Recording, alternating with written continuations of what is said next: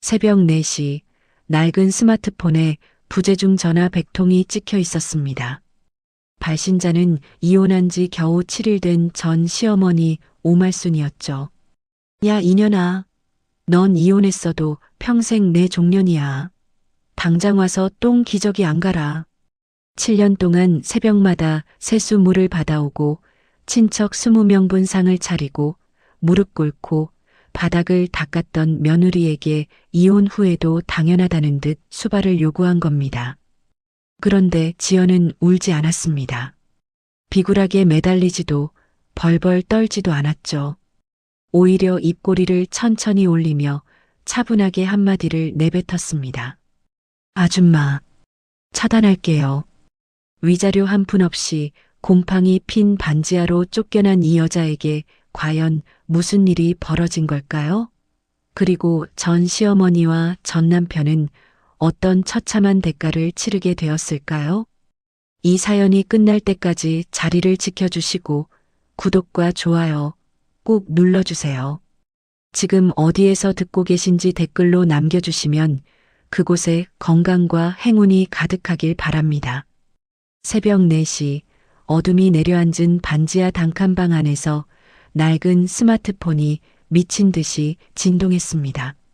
화면에 금 사이로 새어나온 푸른 불빛이 곰팡이 핀 천장을 희미하게 비춰냈죠.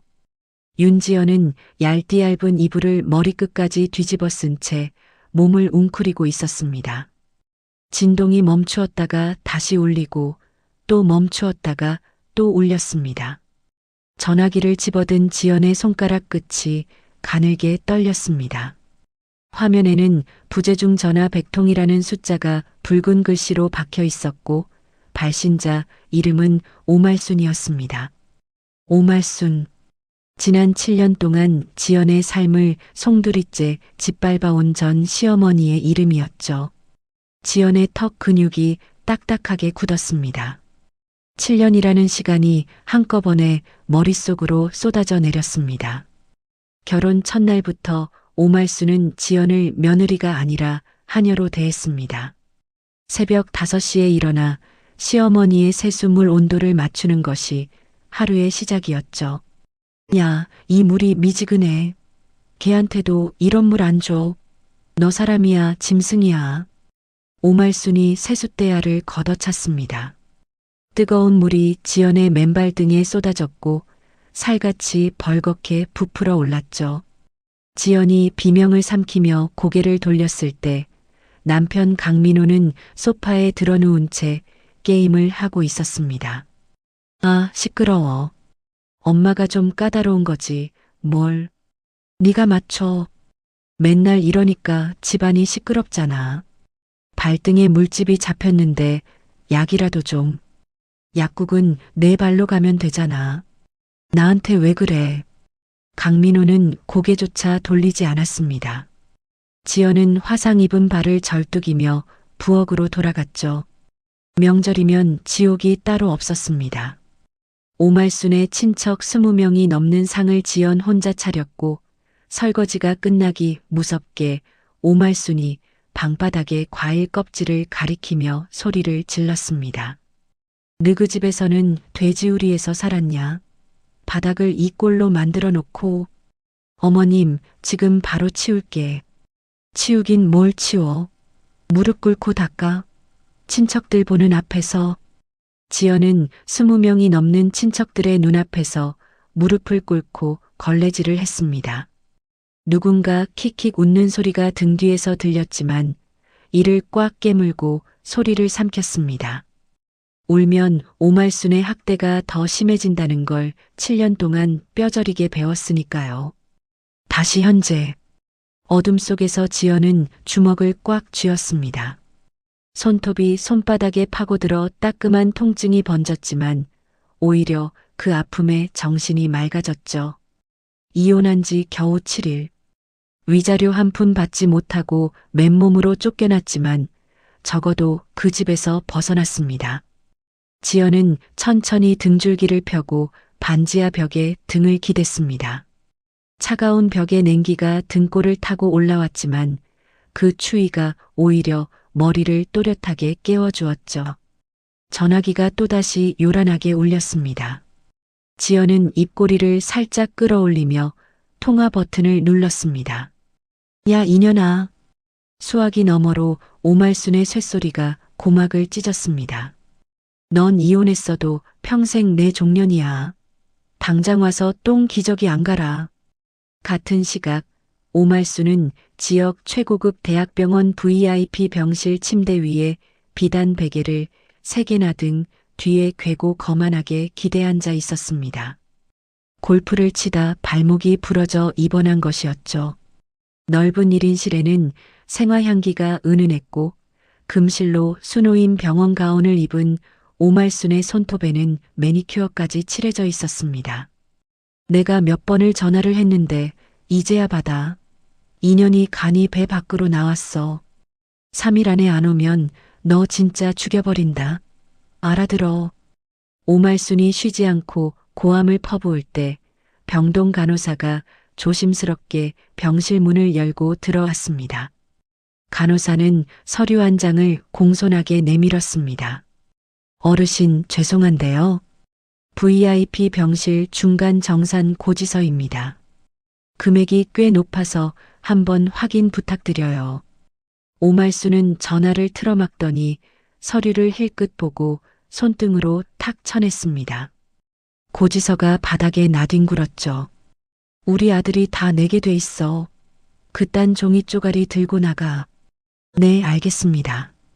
간호사가 고개를 숙이며 물러나자 오말순은 다시 전화기를 귀에 가져다 댔습니다. 이년아, 듣고 있어. 안 듣고 있어. 대답을 해. 지연은 듣고 있었습니다. 반지하 단칸방의 차가운 바닥에 맨발을 딛고 서서 어둠 속에서 조용히 듣고 있었죠. 지연의 눈동자가 차갑게 빛났습니다. 입꼬리가 천천히 올라갔습니다. 7년 동안 한 번도 짓지 못했던 싸늘한 미소였습니다. 오말순이 숨을 고르며 다시 고함을 지르려는 찰나 지연이 입을 열었습니다. 한 글자도 떨리지 않는 차분하고 또렷한 목소리였죠. 아줌마. 오말순의 고함이 뚝 멈추었습니다. 7년 동안 어머님이라 부르던 입에서 아줌마라는 말이 나오자 오말순의 눈이 휘둥그레졌습니다. 뭐라고? 지금 나한테 아줌마라고 했어? 인연이 정말 번호 잘못하셨어요. 이제 그쪽 수발들 호구는 뒤졌거든요. 차단할게요. 야, 윤지연, 너 지금 나한테. 지연은 오말순이 비명을 지르는 중간에 엄지손가락으로 통화 종료 버튼을 가차없이 눌렀습니다. 뚜뚜뚜. 끊긴 전화의 신호음이 오말순의 귓가에 울렸습니다. 오말순은 핸드폰 화면을 멍하니 들여다보았습니다. 뭐야 이게? 인연이 감히 나한테 전화를 끊어? 오말순의 손이 부들부들 떨리며 재다이얼 버튼을 연거푸 눌렀습니다. 하지만 돌아오는 것은 차가운 기계음뿐이었죠. 고객이 수신을 차단하였습니다. 이게 미쳤어. 이게 정말 미쳤어. 종년이 주인한테 전화를 끊어. 오말순이 이를 갈며 핸드폰을 벽을 향해 집어 던졌습니다. 핸드폰이 벽에 부딪혀 산산조각이 났고 그 굉음이 적막한 새벽병원 복도까지 울려 퍼졌습니다. 당직 간호사들이 놀라 뛰어왔죠. 어르신, 진정하세요. 진정은 무슨 진정? 당장 내 전화기 가져와. 새 거로. 지금 당장. 오말순은 침대 위에서 부러진 발목도 잊은 채 발버둥을 치며 거품을 물었습니다. 반지하 단칸방. 지연은 수신 차단 목록에 오말순의 이름이 등록된 화면을 가만히 내려다보았습니다. 가슴속에서 무언가 거대한 것이 풀려나가는 느낌이었습니다. 7년 동안 목을 조이던 보이지 않는 줄이 뚝 끊어진 것처럼 가슴이 뻥 뚫렸죠. 지연은 깊고 긴 숨을 들이마셨습니다. 곰팡 내 섞인 축축한 공기였지만 태어나서 처음 마시는 것처럼 상쾌했습니다. 지연은 금이 간 스마트폰을 가슴에 꼭 안았습니다. 입술이 파르르 떨렸지만 울지 않았습니다.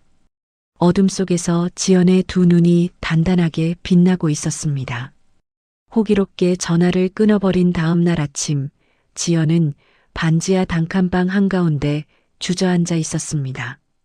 보일러가 고장나 숨을 내쉴 때마다 하얀 입김이 피어올랐죠. 벽면 가득 검은 곰팡이가 번져 있었고 퀴퀴한 냄새가 코끝을 찔렀습니다.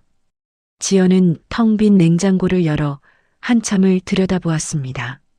냉장고 안에는 비닐봉지에 담긴 딱딱하게 굳은 찬밥 덩어리 하나가 전부였죠. 지연은 찬밥을 꺼내 생수를 조금 부어 손으로 주물렀습니다.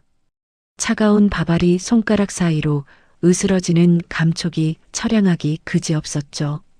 한 숟가락 입에 넣자 이빨 사이로 모래알처럼 까끌까끌한 밥알이 씹혔습니다. 목이 메어 넘어가질 않았습니다. 지연은 찬밥을 억지로 삼키다 결국 고개를 떨구었습니다.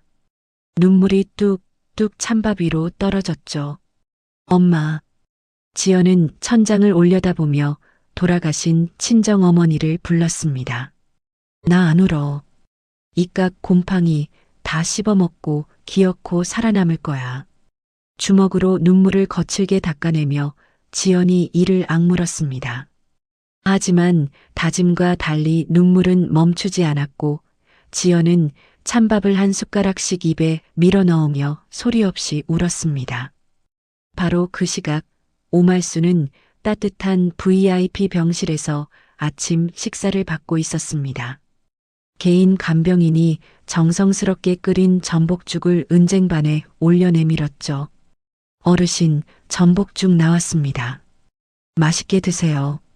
오말수는 죽을 한 숟가락 떠서 입에 넣더니 이내 얼굴을 찡그렸습니다.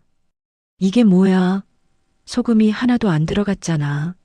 걔가 먹을 음식을 나한테 가져와? 어르신, 담당 선생님이 싱겁게 드시라고. 닥쳐.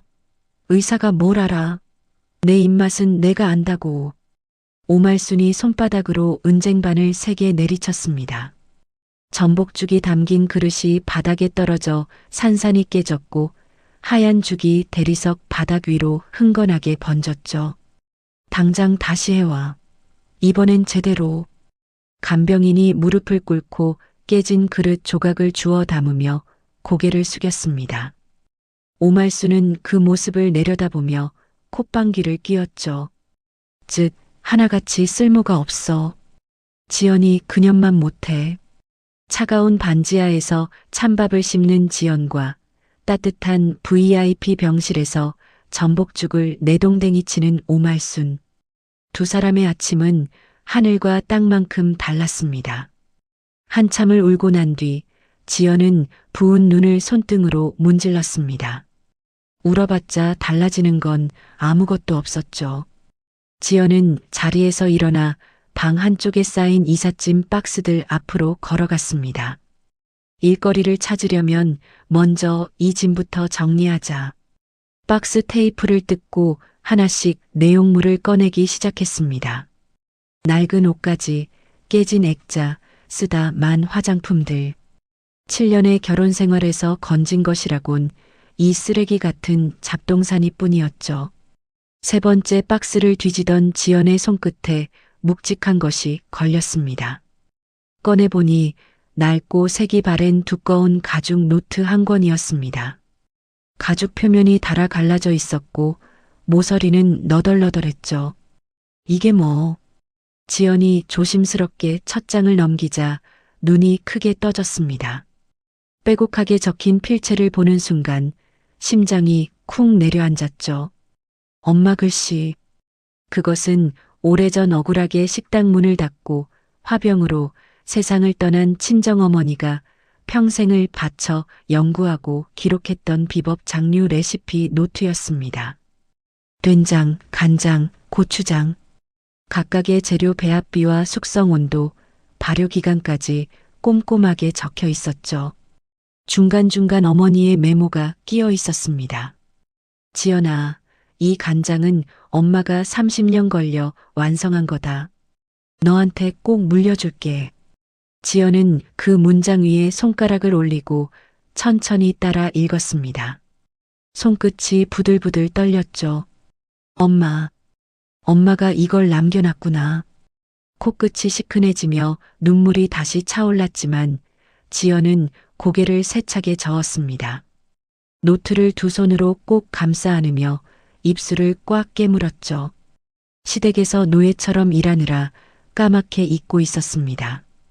어릴 때 어머니 옆에 서서 간장 맛을 보던 기억, 한번 혀끝에 닿은 맛의 재료를 정확히 맞추면 어머니가 우리 지연이 천재라며 머리를 쓰다듬어 주던 기억이 물밀듯 밀려왔습니다. 내가 이걸 왜 잊고 살았지?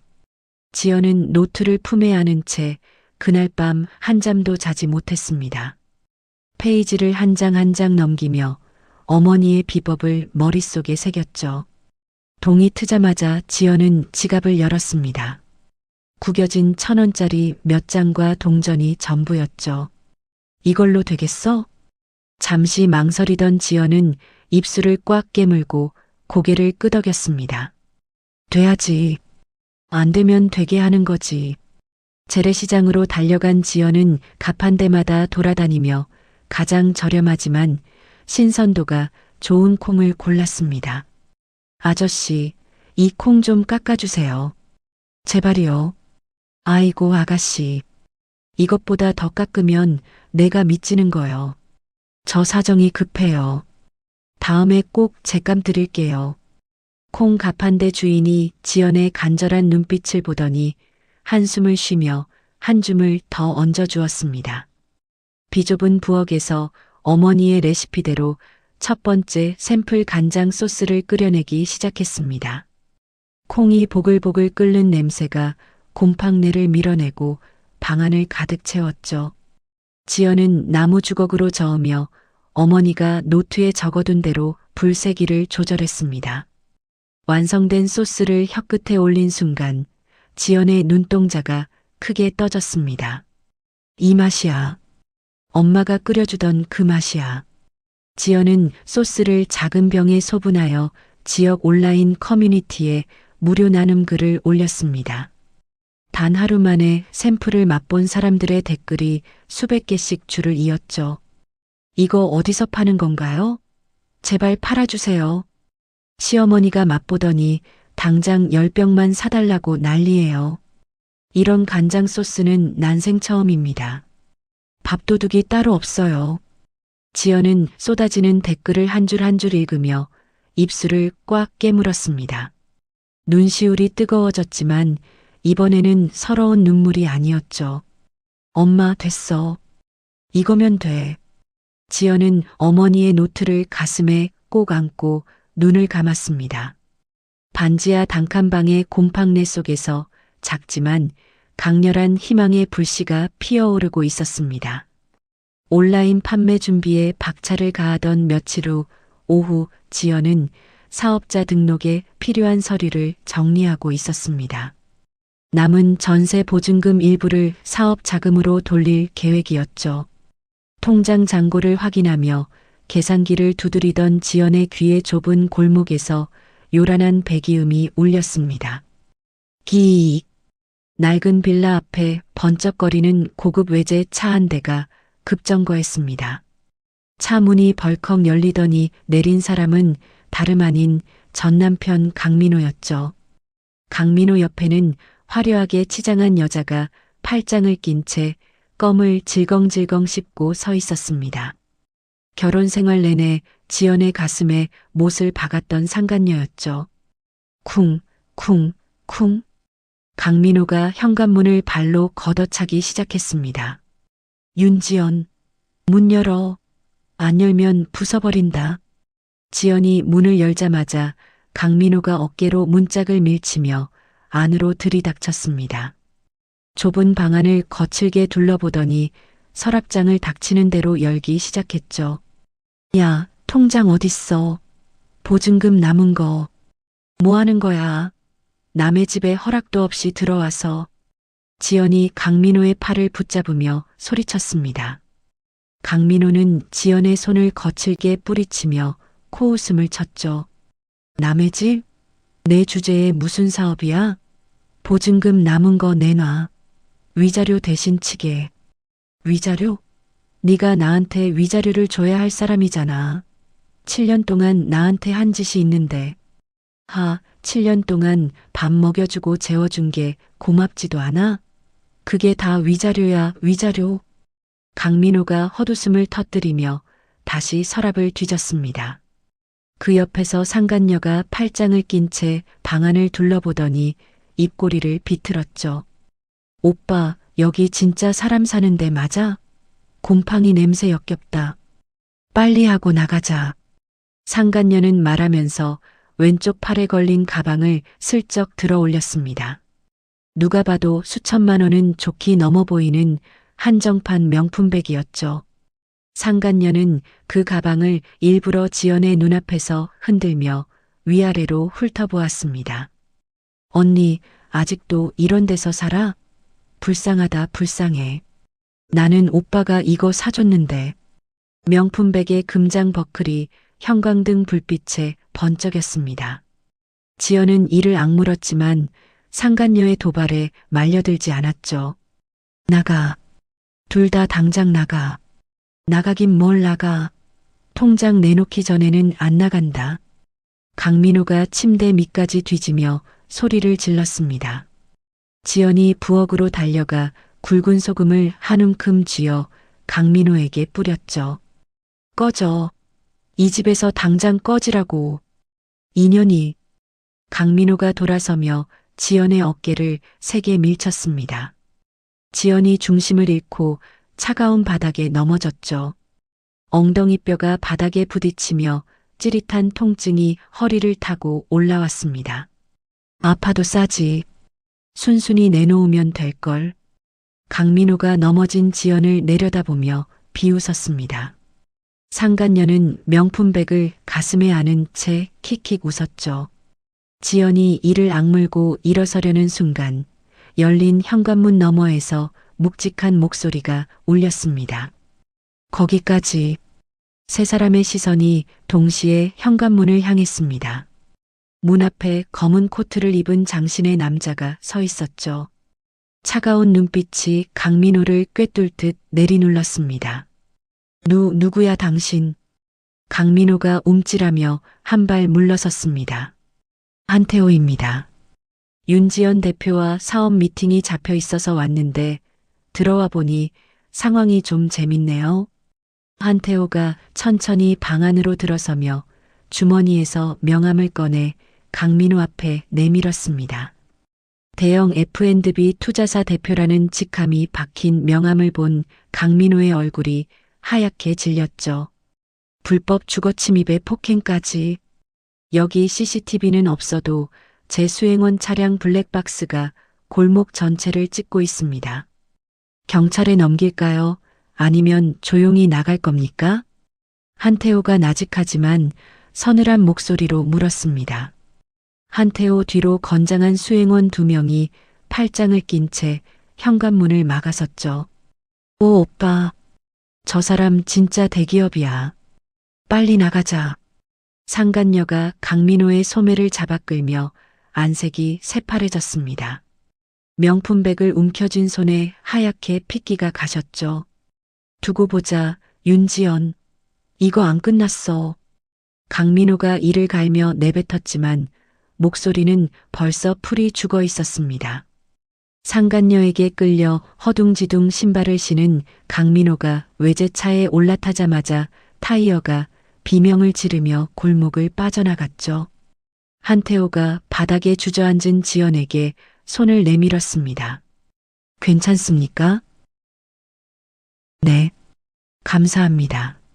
지연이 한태호의 손을 잡고 일어서며 흐트러진 옷매무새를 정리했습니다. 무릎이 까져 피가 배어 나왔지만 지연은 아픈 내색을 하지 않았죠. 사실 지난주 온라인에서 소스 샘플을 맛봤습니다. 솔직히 말씀드리면 이 업계에서 20년 넘게 일했는데 이런 맛은 처음이었어요. 한태호가 서류 가방에서 두꺼운 서류 뭉치를 꺼내 테이블 위에 올려놓았습니다. 무담보 투자 제안서입니다. 브랜드 론칭 비용 전액, 공장 섭외, 법무팀 지원까지 제가 다 책임지겠습니다.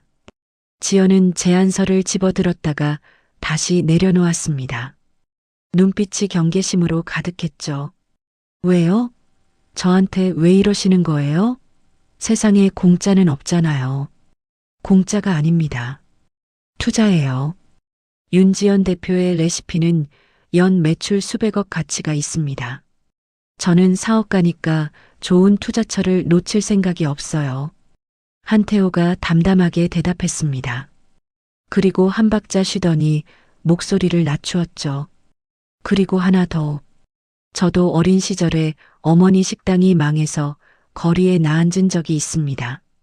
그 맛에서 그때 우리 어머니 음식이 느껴졌어요. 지연의 눈동자가 크게 흔들렸습니다. 한태호의 눈빛에서 계산이 아닌 진심이 읽혔죠. 전 시댁 사람들한테 더 이상 짓밟히지 않도록 법적 보호막도 제가 세워드리겠습니다. 결정은 윤 대표가 하십시오. 지연은 한참 동안 한태호의 얼굴을 말없이 바라보았습니다. 주먹을 꽉 쥐었다가 천천히 폈죠. 그리고 한태호를 똑바로 올려다보며 입을 열었습니다. 한 대표님, 저 이제 누구한테도 짓밟히면서 살고 싶지 않아요. 제 힘으로 서고 싶어요. 그래서 제가 온 겁니다. 지연이 내민 손을 한태호가 꽉 맞잡았습니다. 두 사람의 악수 위로 반지하 창문 사이로 오후의 햇살이 비스듬히 쏟아져 들어왔습니다. 한태호와의 만남이 있고 한 달 후 지연은 강남의 번듯한 공유 오피스에서 브랜드 론칭 준비에 매달리고 있었습니다. 깔끔한 회의실 테이블 위에 어머니의 낡은 노트가 펼쳐져 있었고 그 옆에는 현대적으로 재해석한 비법 간장 소스의 최종 샘플병이 나란히 놓여 있었죠. 윤 대표님, 시제품 맛 테스트 결과가 나왔습니다. 블라인드 평가단 10명 전원이 만점을 줬어요. 한태호가 보고서를 내밀며 고개를 끄덕였습니다. 전원 만점이요? 네. 20년 만에 처음 봅니다. 이건 그냥 히트가 아니라 메가히트 상품입니다. 지연은 어머니의 노트를 가만히 쓰다듬었습니다. 낡은 가죽 표지 아래에서 어머니의 30년 연구가 마침내 세상의 빛을 보려 하고 있었죠. 엄마, 드디어 엄마 레시피가 세상에 나가. 지연이 나지막이 중얼거렸습니다. 공장 섭외도 끝났고 세련된 패키지 디자인도 확정되었습니다. 위생검사 통과, 바코드 등록, 유통계약까지 모든 것이 순조롭게 굴러갔죠. 론칭일까지 딱 2주.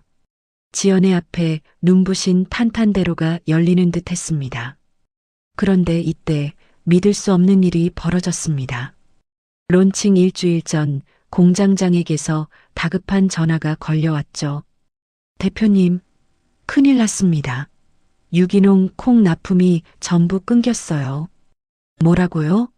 계약서까지 다 쓴 건데 왜 갑자기? 유통업체 쪽에서 일방적으로 통보해 왔습니다. 이유는 안 밝히고 무조건 거래 중단이래요. 지연의 얼굴이 하얗게 질렸습니다. 핵심 원재료인 프리미엄 유기농 콩 없이는 소스를 한 병도 만들 수 없었으니까요. 한태호가 급히 다른 유통망을 수소문했지만 어디서든 같은 대답만 돌아왔습니다. 죄송합니다. 윤지연 대표 쪽으로는 납품이 어렵습니다. 왜요? 이유가 뭡니까? 그건 저희도 말씀드리기 곤란합니다. 누군가가 조직적으로 유통망을 막고 있다는 뜻이었죠. 지연은 직접 유통업체 대표를 찾아가기로 했습니다. 이 지역 식자재 유통을 꽉 잡고 있는 최달식이라는 자의 사무실이었죠. 허름한 건물 3층, 담배 연기가 자욱한 사무실 문을 열고 들어서자 소파에 다리를 꼬고 앉은 뚱뚱한 남자가 이쑤시개를 입에 물고 지연을 올려다보았습니다. 아, 왔어? 윤지연 대표 맞지? 최달식이 이쑤시개를 빼며 느글느글하게 웃었습니다. 최 사장님, 저희 공장에 콩 납품이 전부 끊겼는데 혹시 이유를 아십니까? 이유? 글쎄, 이유가 있으니까 끊었겠지. 최달식이 소파 등받이에 몸을 깊숙이 파묻으며 코웃음을 쳤습니다. 솔직히 말씀해 주세요. 누가 시킨 겁니까? 시키긴 누가 시켜. 내가 알아서 하는 거지. 최달식이 담배를 한 대 꺼내 물며 천장을 향해 연기를 길게 내뿜었습니다. 그리고 지연을 빤히 쳐다보며 입꼬리를 올렸죠. 근데 뭐 강 사장 부탁도 있고 해서 말이야. 이 바닥에서 간장 한 방울 구하기 힘들게 해줄게. 지연의 주먹이 부르르 떨렸습니다. 강민호였습니다. 그 찌질한 전 남편이 뒤에서 돈을 쥐어주고 최달식을 사주한 것이었죠. 뭐 다른 데서 구하면 되지 않냐고. 이 지역 콩이란 콩은 전부 내 손을 거쳐. 산지 농장까지 다 내가 잡고 있어. 포기하고 그냥 얌전히 살아. 응? 최달식이 재떨이에 담뱃재를 톡톡 털며 비열하게 웃었습니다. 지연은 입술을 꽉 깨물고 사무실을 나왔습니다. 복도에서 벽에 등을 기대고 눈을 감았죠. 주먹 안에 손톱이 손바닥에 파고들어 피가 배어 나왔지만 지연은 느끼지 못했습니다. 포기는 무슨. 지연이 눈을 번쩍 떴습니다. 최달식의 유통망을 벗어난 곳을 찾으면 됐습니다. 다음 날 새벽 지연은 시외버스를 타고 외곽산간 지역으로 향했습니다. 최달식의 손이 닿지 않는 영세 농장들을 직접 찾아가기로 한 것이죠. 첫 번째 농장. 꼬장꼬장한 농장주가 팔짱을 끼고 지연을 위아래로 훑어보았습니다. 서울에서 왔다고? 거래처가 있는데 굳이 왜 바꿔야 하는데? 아저씨, 이거 한 번만 맛보세요. 지연이 가방에서 샘플 소스병을 꺼내 뚜껑을 열었습니다. 깊고 구수한 향이 밭두렁에 퍼졌죠. 농장주가 콩잎으로 소스를 찍어 입에 넣더니 눈이 동그래졌습니다. 이거 옛날 우리 어머니가 담그던 간장 맛이 나는데? 제 어머니가 30년 걸려 완성한 레시피예요. 아저씨네 콩으로 만들고 싶어요. 중간 마진 없이 정당한 높은 가격에 직거래 드릴게요. 농장주가 한참 동안 소스 맛을 음미하더니 고개를 끄덕였습니다. 좋아. 내 콩이 이런 맛을 낼 수 있다면야. 하나가 되니 둘이 되고 둘이 되니 셋이 되었습니다. 지연은 일주일 동안 산골짜기 농장 12곳을 돌며 흙 묻은 장화를 신고 밭두렁에 직접 쪼그리고 앉아 농장주들을 설득했죠. 최달식의 입김이 닿지 않는 새로운 직공급 루트가 기적처럼 뚫렸습니다. 그런데 이 과정에서 뜻밖의 이야기가 들려왔습니다. 아가씨, 그 최달식이라는 놈 조심해. 그놈이 유통기한 지난 썩은 콩을 라벨 바꿔서 대형 식당에 팔아먹는 거 여기서는 다 알아. 세 번째 농장주가 목소리를 낮추며 귀띔했죠. 유통기한 변조요? 응. 냉동 창고가 외곽에 따로 있어. 거기서 몰래 라벨 가리를 해. 식약처에서 한 번도 안 걸린 게 신기할 정도야. 지연의 눈빛이 날카롭게 변했습니다. 그 창고가 어디 있는지 아세요? 산 너머 공단 끝자락에 있다더라. 밤에만 불이 켜진대. 지연은 한태호에게 즉시 연락했습니다. 한 대표님, 최달식의 불법 유통 증거를 잡을 수 있을 것 같아요. 어떻게요? 직접 잠입해서 현장을 찍겠습니다. 위험합니다. 위험하지 않은 길은 지금 제 앞에 없어요. 한태호가 잠시 침묵하더니 단호하게 말했습니다. 알겠습니다. 보안팀에서 초소형 카메라를 보내겠습니다. 단 절대 혼자는 안 됩니다. 며칠 뒤 칠흑 같은 밤, 지연은 검은 외투품에 초소형 액션 카메라를 깊숙이 숨긴 채 공단 끝자락의 비밀 냉동 창고 앞에 섰습니다. 인적이 완전히 끊긴 어둠 속에서 지연의 심장이 귓가에서 쿵쿵 울렸죠.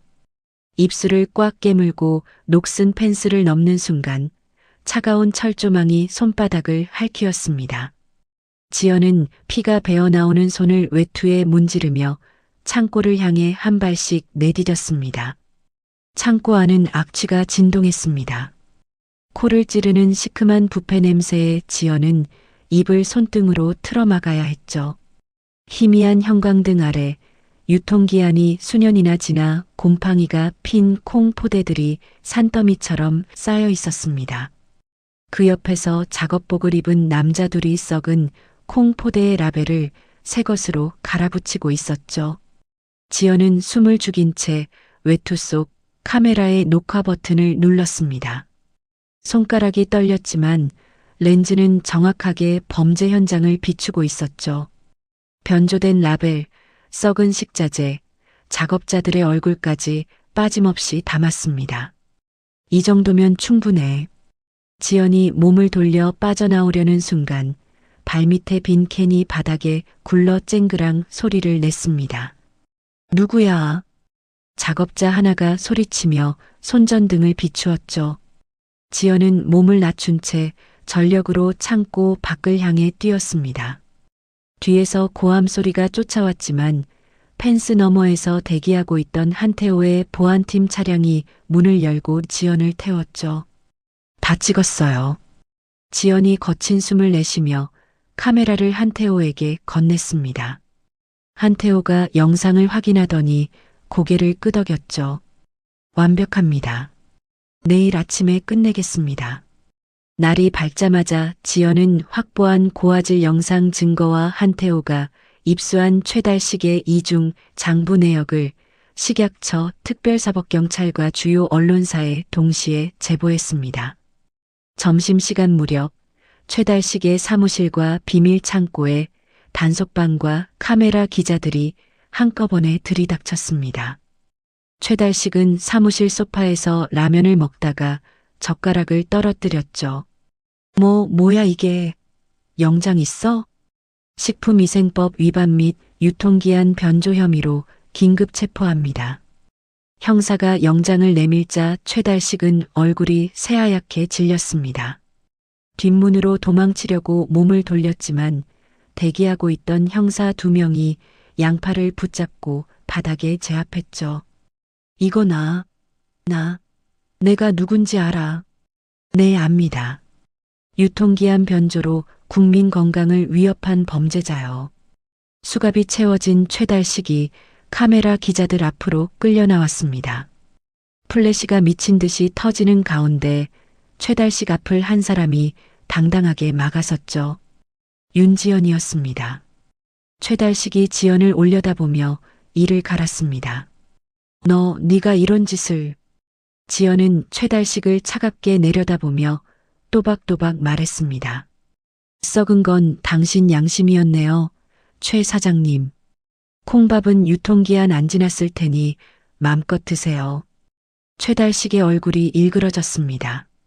형사들에게 질질 끌려가면서도 악을 쓰며 발버둥을 쳤지만 그 꼴을 지켜보는 사람들의 눈빛은 차갑기만 했죠. 최달식의 몰락과 함께 강민호가 꾸민 유통망 차단 공작도 완전히 무력화되었습니다. 지연의 브랜드는 마침내 대망의 첫 제품을 시장에 출시했죠. 론칭을 기념한 첫 라이브 커머스 방송 날이 밝았습니다. 지연은 밝은 조명 아래 카메라 앞에 섰습니다. 안녕하세요. 저는 윤지연입니다. 오늘 소개해드릴 이 소스는 제 어머니가 30년을 바쳐 완성한 레시피로 만들었습니다. 지연이 소스를 갓 지은 밥 위에 한 숟가락 올리자 채팅창이 미친 듯이 올라가기 시작했습니다. 맛보기도 전에 벌써 군침이 돕니다. 주문 버튼 어디 있어요? 10병 살게요. 아니 20병. 주문 숫자가 폭발적으로 치솟았습니다. 방송 시작 30분 만에 초도 물량 10만 세트가 서버를 다운시키며 전량 매진되었죠. 완판입니다. 10만 세트 완판. 스태프가 소리치자 지연은 두 손으로 입을 감싸며 눈물을 쏟았습니다. 한태호가 다가와 손을 들어 올렸죠. 해냈습니다. 윤 대표. 해냈어요. 해냈어요. 한 대표님. 두 사람이 감격의 하이파이브를 나누는 순간 전광판에 찍힌 매출 숫자가 눈부시게 빛났습니다. 바로 그 시각 강민호는 허름한 원룸 책상 앞에 앉아 모니터를 노려보고 있었습니다. 주식 리딩방에서 추천한 작전주에 전 재산을 몰빵한 것이었죠. 화면에 붉은 글씨가 떴습니다. 거래 정지. 상장 폐지 결정. 뭐라고? 강민호의 얼굴에서 핏기가 싹 빠졌습니다. 떨리는 손으로 마우스를 연타했지만 화면은 붉은색에서 바뀌지 않았죠. 안 돼. 안 돼. 이건 아니야. 강민호가 키보드를 집어들어 모니터에 내리쳤습니다. 화면이 깨지며 유리 파편이 튀었고 강민호는 머리를 쥐어뜯으며 바닥에 주저앉아 짐승처럼 울부짖었죠. 지연의 환희와 강민호의 절규가 같은 시각에 벌어지고 있었습니다. 성공적인 데뷔 이후 지연의 브랜드는 전국 백화점 식품관마다 오픈런을 기록하며 매출이 폭발적으로 치솟았습니다. 지연은 지긋지긋한 반지하를 완전히 벗어나 쾌적한 고급 아파트로 이사했죠. 이삿날 지연은 넓은 거실 한가운데 서서 따뜻한 온돌바닥을 맨발로 밟았습니다. 곰팡이 핀 단칸방의 얼음장 같은 장판이 떠올랐죠. 엄마, 이제 바닥이 따뜻해. 지연은 거실에 어머니의 사진을 모시고 갓 지은 하얀 쌀밥과 자신이 만든 소스를 올렸습니다. 사진 속 어머니가 웃고 있었죠. 엄마, 나 해냈어. 엄마 레시피로 해냈어. 지연의 볼 위로 뜨거운 눈물이 흘러내렸지만 입가에는 환한 미소가 걸려 있었습니다. 지연의 승승장구 소식이 뉴스와 경제지를 도배하기 시작한 어느 날 오말수는 VIP 병실 침대 위에서 태블릿으로 지연의 인터뷰 기사를 보고 있었습니다. 화면 속 지연이 환하게 웃으며 올해의 기대 브랜드 대표로 소개되자 오말순의 입술이 파르르 떨렸죠. 2년이 감히. 오말순이 태블릿을 침대 위에 내동댕이 치며 이를 갈았습니다. 마침 병실 문이 열리며 강민호가 초라한 행색으로 들어왔죠. 주식으로 전 재산을 날린 뒤 며칠째 씻지도 못한 꼴이었습니다. 아들 봤어? 그년이 잘 나간다고 온 세상이 난리야. 봤다고. 내가 지금 그것 때문에 미치겠는데. 가만히 앉아서 꼴 좋게 당하고만 있을 거야? 네가 남자야, 남자가. 오말순이 침대 난간을 움켜쥐며 아들을 다그쳤습니다.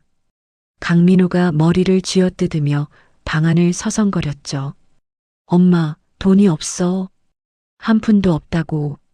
돈이 없으면 머리를 쓰라고. 그년의 밥줄을 끊어버려야지. 오말순의 눈이 독사처럼 가늘어졌습니다. 식품회사가 제일 무서워하는 게 뭔지 알아? 독극물 소문이야. 한 방이면 끝장이라고. 독극물 소문? 그래. 가짜 피해자 몇 명만 세우고 식약처 공문 하나만 위조하면 돼. 뒷골목에 그런 일 해주는 놈들 있잖아. 내 도박장 인맥으로 수소문해. 강민호의 눈빛이 어둡게 일렁였습니다. 엄마, 그건 범죄야. 범죄? 그년이 우리한테 한 짓이 범죄지. 내 마누라였던 년이 시어머니한테 전화를 끊어. 빨리 움직여. 강민호는 입술을 깨물다가 결국 고개를 끄덕였습니다. 며칠 뒤 새벽 인터넷이 뒤집어졌습니다. 국내 최대 커뮤니티와 수십 개의 지역 맘카페에 동일한 게시글이 도배되었죠. 긴급 제보. 윤지연 대표의 소스에서 맹독성 발암화학 물질이 검출되었습니다. 게시글에는 식약처 공문을 위조한 서류와 가짜 피해자들의 진단서 사진이 첨부되어 있었습니다. 교묘하게 만든 가짜 뉴스는 삽시간에 퍼져 전 국민적인 공분과 불매 운동을 일으켰죠.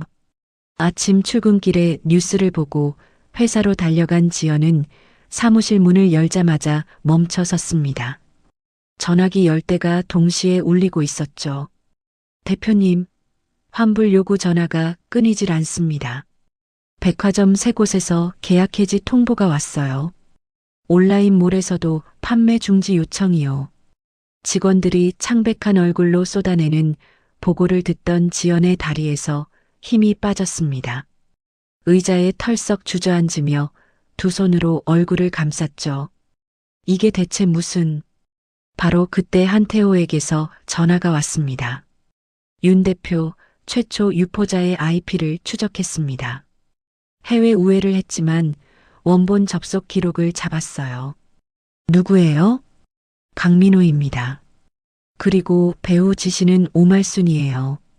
가짜 피해자들에게 입금한 대포통장 내역까지 다 나왔습니다.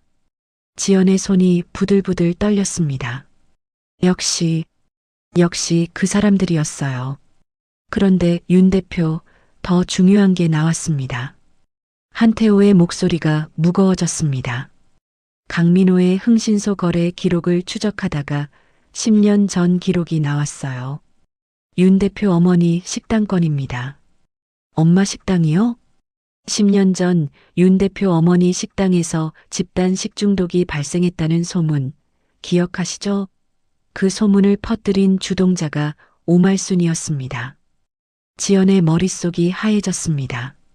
흥신소를 시켜서 가짜 식중독 피해자를 만들고 동네방네 헛소문을 퍼뜨렸어요. 어머니 식당을 무너뜨리려고 치밀하게 계획한 겁니다. 왜요? 결혼 전부터 윤 대표 어머니 식당이 오말순이 투자한 식당보다 잘 되니까 배가 아팠던 겁니다. 며느리의 길을 꺾으려는 목적도 있었고요. 수화기를 쥔 지연의 손에서 핏기가 싹 빠졌습니다. 어머니는 식중독 루머가 퍼진 뒤 손님이 뚝 끊기자 빚더미에 앉았고 결국 화병으로 쓰러져 세상을 떠났습니다. 단순한 경영 악화가 아니었던 것이죠. 한편 그 시각 병원 원무과에서 오말순의 VIP 병실로 붉은색 독촉장이 배달되었습니다. 오말순 보호자님께 병원비 수개월 연체로 인해 퇴실 조치를 검토 중입니다. 간병인이 조심스럽게 독촉장을 내밀자 오말순은 서류를 낚아채 구겨버렸습니다. 아들한테 전화해. 당장 돈 가져오라고 해. 하지만 강민호에게 남은 돈은 한 푼도 없었죠. 그 무렵 오말순에게서 지연의 휴대폰으로 전화가 걸려왔습니다. 차단을 풀고 병원 전화로 건 것이었죠. 야, 윤지연. 뉴스 봤지? 이제 내 회사도 끝이야. 오말순이 낄낄대며 웃었습니다. 그 애미의 그 딸년이지. 지 애미 식당 무너질 때처럼 똑같이 밟아주마. 지연의 온몸에 소름이 돋았습니다. 지금 뭐라고 했어요? 들은 대로야. 10년 전에도 내가 그랬어. 내 애미 식당, 내가 쓸어버린 거야. 그때도 이렇게 쉬웠는데 딸년도 별 수 없구나. 오말순이 승리감에 도취되어 웃음을 터뜨렸습니다. 지연은 전화기를 쥔 채 무릎이 꺾여 바닥에 주저앉았습니다. 눈앞이 빙빙 돌았죠. 엄마가 그 사람들 때문에. 지연의 입에서 짐승 같은 울음이 터져 나왔습니다. 피땀 흘려 쌓아 올린 회사가 무너지는 공포보다 어머니가 억울하게 죽었다는 진실이 가슴을 찢어 놓았죠. 한참을 바닥에 엎드려 울던 지연의 어깨가 서서히 멈추었습니다. 눈물을 손등으로 거칠게 닦아낸 지연이 고개를 들었습니다. 눈이 시뻘겋게 충혈되어 있었지만 그 안에는 이전과 차원이 다른 서늘한 빛이 타오르고 있었죠. 지연은 자리에서 일어나 한태호를 똑바로 바라보았습니다. 한 대표님. 네. 이제부터는 방어하지 않겠습니다. 저 사람들을 완전히 파멸시키겠어요. 한태호가 지연의 눈을 보며 고개를 끄덕였습니다. 필요한 건 다 지원하겠습니다. 가짜 피해자들을 찾아내 주세요. 진실을 말하게 만들겠습니다. 두 사람은 막대한 자금력을 동원해 오말순이 고용한 가짜 피해자들을 은밀히 추적했습니다. 형사처벌의 압박과 함께 진실 폭로를 조건으로 한 명씩 회유해 나갔죠. 모든 증거 수집을 마친 날 지연은 본사 대강당에 긴급 기자회견을 자청했습니다. 수십 대의 카메라 앞에 비장한 표정으로 선 지연의 주먹이 단단하게 쥐어져 있었습니다. 전국 주요 뉴스 채널에 생중계되는 기자회견장. 수십 대의 카메라 플래시가 쉴 새 없이 터지는 단상 위에 지연이 올라섰습니다. 마이크를 잡은 손은 미동조차 없었죠. 저는 윤지연입니다. 오늘 이 자리에서 한 가지 분명히 밝히겠습니다. 장내가 조용해졌습니다. 최근 저희 제품에서 독극물이 검출되었다는 보도는 100% 조작된 가짜 뉴스입니다. 웅성거림이 일었습니다. 지연이 손짓하자 무대 뒤 대형 스크린에 영상이 재생되었죠. 오말순과 강민호가 가짜 피해자들의 대포통장으로 뇌물을 입금한 금융거래 내역이 떴습니다. 이어서 두 사람이 음모를 꾸미는 대화가 담긴 녹취록이 스피커를 통해 회견장 전체에 울려 퍼졌죠. 가짜 피해자 몇 명만 세우고 식약처 공문 하나만 위조하면 돼. 오말순의 목소리였습니다. 장내가 충격으로 술렁거렸죠. 지연은 카메라 정면을 응시하며 입을 열었습니다. 이제 시작인데 벌써들 무너지면 재미없죠. 지연의 목소리가 얼음장처럼 차가웠습니다. 당신들이 훔쳐간 우리 엄마 인생 피눈물로 토해내게 해줄게. 기자들의 플래시가 폭풍처럼 쏟아졌습니다. 지연은 눈 한 번 깜빡이지 않았죠. 그뿐만이 아닙니다. 지연이 두 번째 서류 뭉치를 들어 올렸습니다. 10년 전 제 어머니가 운영하던 식당이 식중독 루머로 문을 닫았습니다. 어머니는 그 충격으로 세상을 떠나셨죠. 그 루머를 퍼뜨린 주동자가 바로 오말순이라는 증거입니다.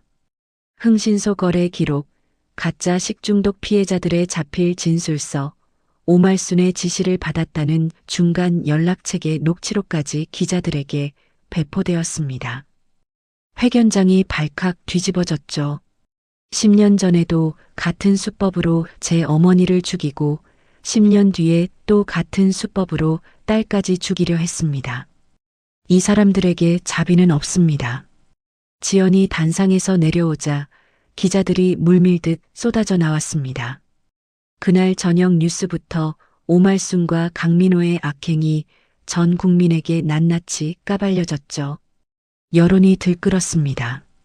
경찰청은 즉각 특별 전담팀을 꾸려 강민호의 사무실과 오말순의 병실을 정격 압수수색했죠.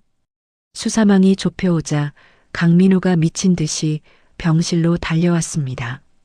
문을 발로 차고 들어서며 오말순에게 소리를 질렀죠. 다 엄마 때문이야. 엄마가 가짜 뉴스를 퍼뜨리라고 했잖아. 나는 시킨 대로 했을 뿐이라고. 뭐, 이 자식이 지금 엄마한테 뒤집어 씌우는 거야? 오말순이 침대 위에서 부러진 발목도 있고 벌떡 일어나 강민호의 멱살을 잡았습니다. 네가 먼저 그년 보증금 뺏으러 갔다가 일을 키운 거잖아. 내가 언제 시켰어? 거짓말하지 마. 엄마가 독극물 소문 내라고 했잖아. 나 녹음했어. 이 자식이 제 엄마를 녹음해. 오말순이 강민호의 뺨을 후려쳤습니다. 강민호가 비틀거리며 벽에 부딪혔죠. 엄마가 10년 전에 장모 식당도 무너뜨렸으면서 그것까지 내 탓이야? 입 닥쳐. 그건 내 마누라의 길을 꺾으려고 한 건데 네가 제대로 관리를 못했으니까 이 꼴이 된 거야. 나한테 관리를 못했다고? 엄마가 그년을 종처럼 부려먹으니까 도망간 거잖아. 모자가 서로의 목덜미를 움켜쥐고 진흙탕 싸움을 벌이는 꼴을 간호사들이 말리느라 난리가 났습니다. 경찰이 들이닥치자 오말순이 오열하며 소리쳤죠. 저는 아무것도 몰라요. 전부 저 자식이 혼자 꾸민 짓이에요. 저놈이 제 아들이 아니에요. 엄마가 나한테 이래? 강민호의 얼굴이 일그러졌습니다. 친어머니가 자기를 나무로 만드는 꼴을 보며 이를 악물었죠. 긴급 구속영장이 청구되자 강민호는 체포를 피하기 위해 마지막 수를 썼습니다. 남은 전 재산을 현금으로 바꿔 상간녀가 마련해둔 외곽 부두의 은신처로 도주한 것이죠. 숨을 헐떡이며 은신처 문을 열어젖힌 강민호의 눈앞에 펼쳐진 것은 텅 빈 방이었습니다. 사람의 온기라곤 찾아볼 수 없는 차가운 공간. 탁자 위에 종이 한 장이 놓여 있었죠. 강민호가 떨리는 손으로 종이를 집어들었습니다. 오빠 미안. 나는 오빠가 아니라 오빠 돈이 좋았어. 잘 살게. 강민호의 손에서 종이가 미끄러져 바닥에 떨어졌습니다. 상간녀는 그토록 자랑하던 그 한정판 명품백 안에 강민호의 마지막 현금 다발을 남김없이 쓸어 담아 이미 해외 밀항선에 몸을 실은 뒤였죠. 하하. 강민호가 텅 빈 방에서 미친 사람처럼 웃기 시작했습니다. 웃음이 울음으로 바뀌었고 울음이 절규로 바뀌었죠. 나한테 왜 이래? 왜 다들 나한테 이래? 강민호가 바닥에 주저앉아 머리를 쥐어뜯는 순간 문이 박살나며 강력계 형사들이 들이닥쳤습니다. 강민호, 움직이지 마. 살려주세요. 제발 살려주세요. 다 엄마가 시킨 거예요. 강민호가 바닥에 엎드려 발버둥을 쳤지만 차가운 수갑이 손목에 채워졌습니다. 형사들에게 질질 끌려나가는 강민호의 비참한 모습이 그날 저녁 모든 방송의 메인 뉴스를 장식했죠. 병실 침대에서 뉴스로 아들의 체포 장면을 지켜보던 오말순의 눈이 크게 떠졌습니다. 민호야. 오말순이 화면을 향해 손을 뻗는 순간 병실 문이 열리며 법원 직원이 서류를 내밀었습니다. 오말순님, 전 재산에 대한 가압류 통지서입니다. 그리고 징벌적 손해배상 청구 소송이 접수되었습니다. 서류에 적힌 천문학적인 금액을 본 오말순의 입에서 거품이 일었습니다. 눈이 뒤집히며 침대 위에 쓰러졌죠. 같은 시각 지연은 어머니의 납골당 앞에 서 있었습니다. 차가운 대리석 위에 손바닥을 가만히 올렸죠. 엄마, 다 끝났어. 지연의 눈에서 조용히 눈물이 흘러내렸습니다. 하지만 이번 눈물은 슬픔이 아니었습니다. 10년 동안 가슴에 맺혀있던 억울함이 마침내 풀리는 시원한 눈물이었죠. 가짜 뉴스의 진실이 밝혀지자 여론은 완전히 뒤집어졌습니다. 전국에서 지연의 브랜드를 응원하는 구매 열풍이 일었고 매출은 이전의 3배를 넘어섰죠. 기나긴 법정 공방 끝에 최종 판결이 내려졌습니다. 강민호는 사기, 명예훼손, 과거의 악의적 영업방해 혐의까지 모두 인정되어 징역 5년의 무거운 실형을 선고받았죠. 판결이 내려진 다음 날 지연은 유치장 면회실을 찾았습니다.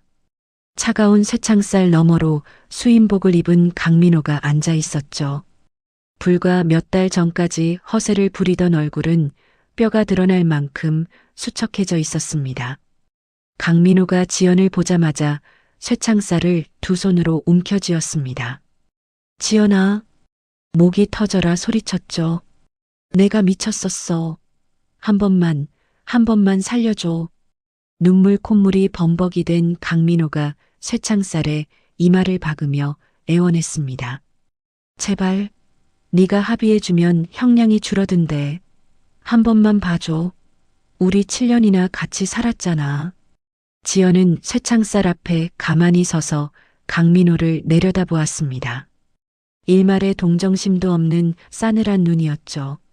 7년. 그래, 7년이었지. 지연이 나직하게 말했습니다. 새벽 5시에 세수 물 받아오고 20명분 상 차리고 친척들 앞에서 무릎 꿇고 바닥 닦던 7년. 그 7년 동안 너는 소파에 누워서 게임을 했어. 그건 우리 엄마가 내 엄마한테 죽었다는 것도 모르고 7년을 살았어. 그러고도 살려달라고? 강민호의 입이 벌어졌다가 닫혔습니다. 더 이상 할 말이 없었죠. 지연은 혀를 가볍게 찼습니다. 그리고 뒤도 돌아보지 않고 면회실을 빠져나왔죠. 복도를 걸어 나오는 지연의 등 뒤로 강민호의 울부짖음이 쇠문에 부딪혀 울렸지만 지연은 단 한 번도 고개를 돌리지 않았습니다. 한편 강민호의 구속으로 병원비를 낼 사람이 완전히 사라진 오말순에게 명도 소송이 떨어졌습니다. 수개월치 병원비가 밀린 데다 전 재산이 압류된 오말순은 VIP 병실에서 쫓겨났죠. 쓰러진 후유증으로 하반신이 마비된 오말순이 휠체어에 실려 병원 현관을 나설 때 그 넓고 화려했던 VIP 복도는 이미 남의 세상이었습니다. 오말순이 옮겨진 곳은 도시 외곽에 쓰러져가는 요양병원이었습니다. 악취가 코를 찌르는 6인실 무료 공공병상. 누렇게 변색된 시트 위에 내팽개쳐진 오말순을 찾아오는 사람은 아무도 없었죠. 1년의 시간이 흘렀습니다. 화려한 조명이 쏟아지는 전국 최고급 5성급 호텔 연회장. 무대 위 스포트라이트가 한 사람을 비추었습니다. 올해의 우수 여성 기업인 대상 윤지연 대표님. 사회자의 목소리가 울려 퍼지자 수백 명의 인사들이 자리에서 일어나 우레와 같은 박수를 쳤습니다. 지연이 트로피를 두 손으로 받아들며 마이크 앞에 섰죠. 과거의 상처는 제게 최고의 걸음이 되었습니다. 지연의 목소리가 연회장 전체에 또렷하게 울렸습니다. 이제 저는 제 인생의 VIP입니다. 플래시가 폭풍처럼 쏟아졌고 박수 소리가 천장을 뒤흔들었습니다. 지연은 눈부신 조명 아래서 승리자의 미소를 지었죠. 정확히 같은 시각 요양병원 6인실. 대소변을 가리지 못해 퀴퀴한 시트를 더럽힌 오말순에게 요양보호사가 다가왔습니다. 아이고 또야? 하루에 몇 번을 갈아야 해. 이 냄새 좀 맡아봐. 요양보호사가 오말순의 뺨을 거칠게 톡톡 치며 쌍욕을 퍼부었죠. 가족은 코빼기도 안 비치고 이런 데서 이러고 있으면서 예전에 잘 살았다고? 웃기지도 않아. 오말순은 아무 말도 하지 못했습니다.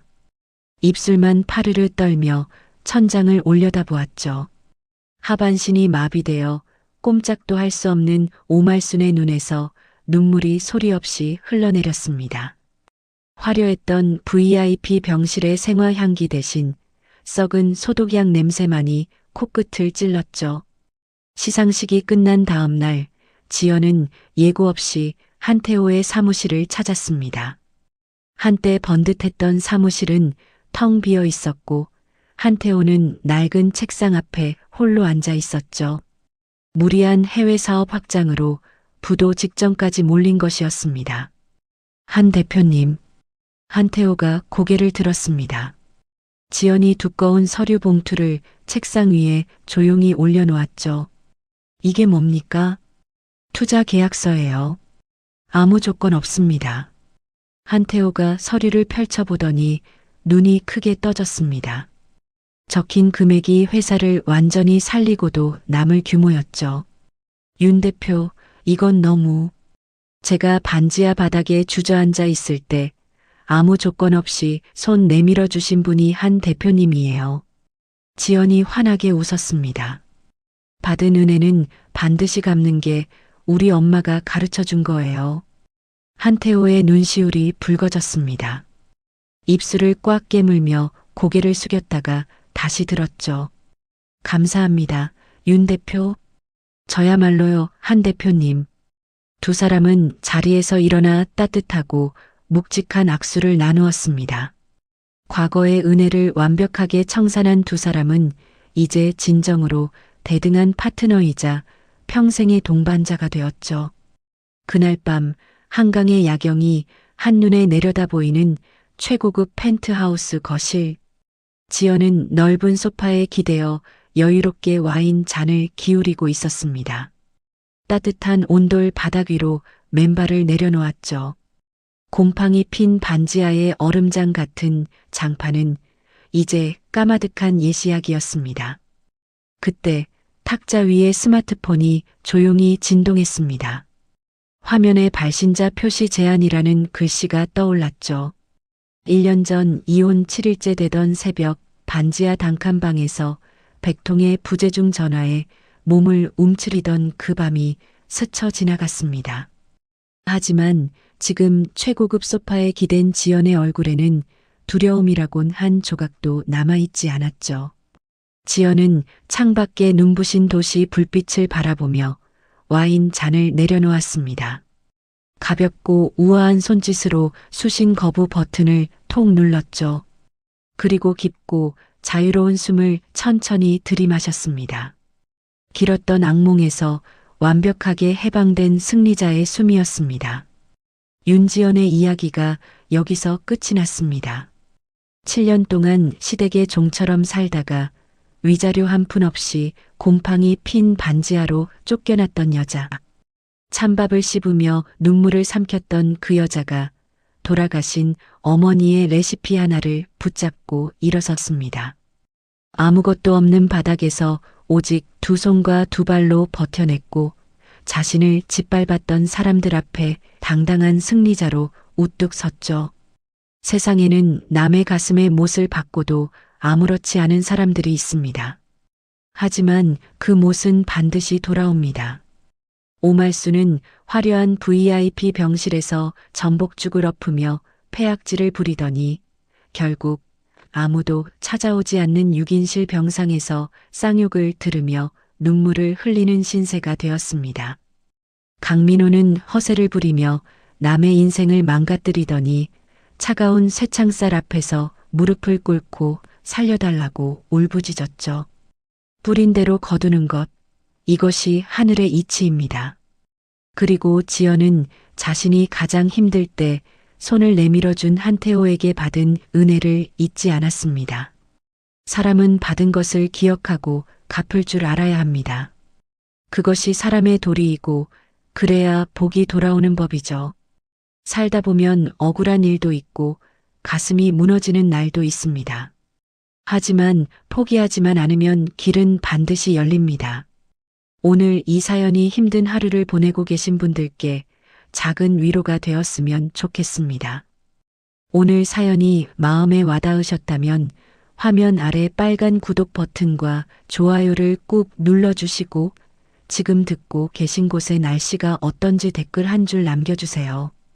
여러분의 따뜻한 한마디가 저에게 큰 힘이 됩니다.